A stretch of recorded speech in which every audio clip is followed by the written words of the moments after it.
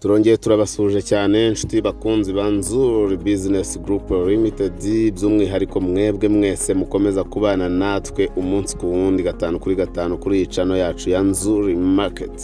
Mumenye rero yuko tuba tubagezaho imitungo itimukanwa yaba igurishwa cyangwa se ikodeshwa. Reka rero tukwibutse gukanda subscribe ukore no kukazogera we rwose utarabikora kugira ngo ujye ubona notifications zose, ujye ubona ibyo tugenda dushyiraho byose, imari zigurishwa zikodeshwa n'amakuru agiye atandukanye abavugwa hirya no hino cyase n'ubumenyi bwa hato na hato bujyanye n'imitungo itimukanwa. Yes, nkuko ro muri kubibona turi muri kaburimbo kabisa, ni ya kaburimbo nini cyane iva hano mu mujyi wa Kigali Kicukiro igana i Bugesera, ya kaburimbo nziza cyane inshyashya. Tukaro tugiye kubereka ikibanza cyiza cyane. Ubu noneho tugiye kubereka ikibanza cyiza cyane kirimo ibibanza bibiri kigurishwa amafaranga kandi atari menshi, cyegereye kaburimbo, kiri hafi cyane ya kaburimbo, wagura ukubakamo inzu ebyiri cyangwa ukubaka muri kimwe kindi ukakigurisha cyane yuko gihendutse cyane, kirahendutse cyane. Iki kibanza rero kiri hano mu karere ka Kicukiro, rwose hano i Nyanza, abazi amazu y'ama etage rwose ari hano urenze gare gato ya Nyanza usa n'ugana i Gahanga cyangwa i Nyamata. Hari ahantu rwose hejuru y'umuhanda hari amazu meza y'ama etage ahazwi nko kwa Rusirare, niho iki kibanza giherereye, akaba ari ikibanza cyiza cyane kandi kinini gikora ku mihanda ibiri. Iki kibanza rero kikaba gifite ubuso bwa metero kare 700, no kuvuga 25 hafi kuri 30 haburaho gato. Bivuze ngo harimo ibibanza bibiri rwose kandi birenga, kubera ko murabizi yuko ikibanza ubu ngubu kimwe ni metero kare 300, bivuze ngo harimo ibibanza bibiri byibuze buri kibanza gifite metero kare 350.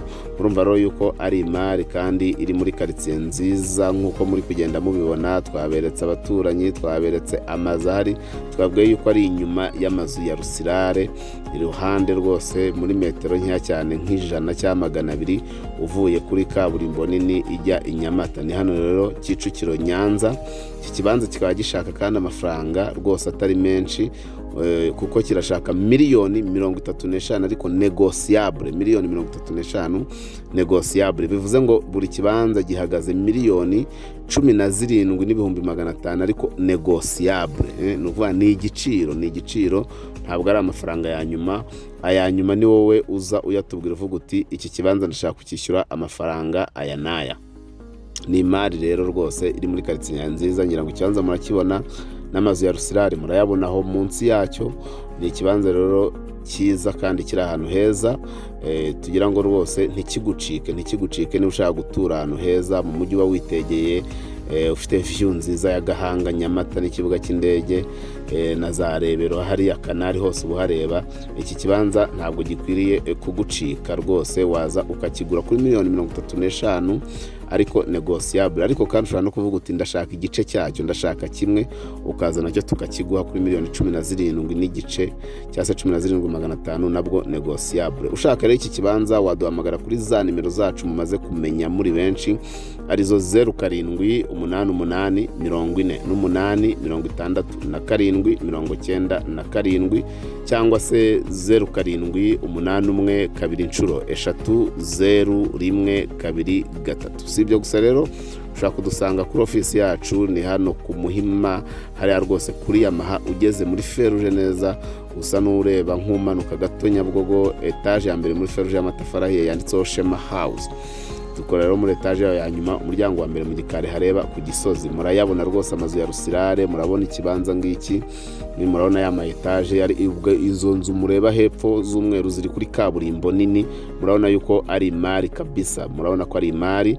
Ntucikwe rero kandi rwose kanda subscribe kugira ngo ujye ubona imari zose tubagezaho umunsi ku wundi. Izi nzu ziri kuri kaburimbo nini zimureba, ikibanza ngiki inyuma yazo murabona ko ari imari cyane, miliyoni 35 negotiable. Wicwa n'iki kibanza cyiza, turabakunda cyane, ni karibu rwose. Ladies and gentlemen, may I have your attention, please? Waba ufite byinshi wibaza ku bijyanye n'imitungo itimukanwa? Sanga ibisobanuro byimbitse mu kiganiro Gira Icumbi hamwe na Nzuri Business Group Limited kuri 93.1 Fine FM. Nzuri Business Group Limited ni inzobere zigucungira imitungo itimukanwa, zigahuza abayigura n'abayigurisha n'izindi serivisi nyinshi zijyanye nayo, nko gukora ibishushanyo by'amazu ndetse no kuyubaka. Gira Icumbi hamwe na Florent, Clement na Dixon live kuva kuwa mbere kugeza kuwa gatanu hagati ya 2 na 3 za mu gitondo kuri 93.1 Fine FM na YouTube channel Nzuri Market. Sanga di makuru kuri Y-Shatu _ Nzuri _ Rawa.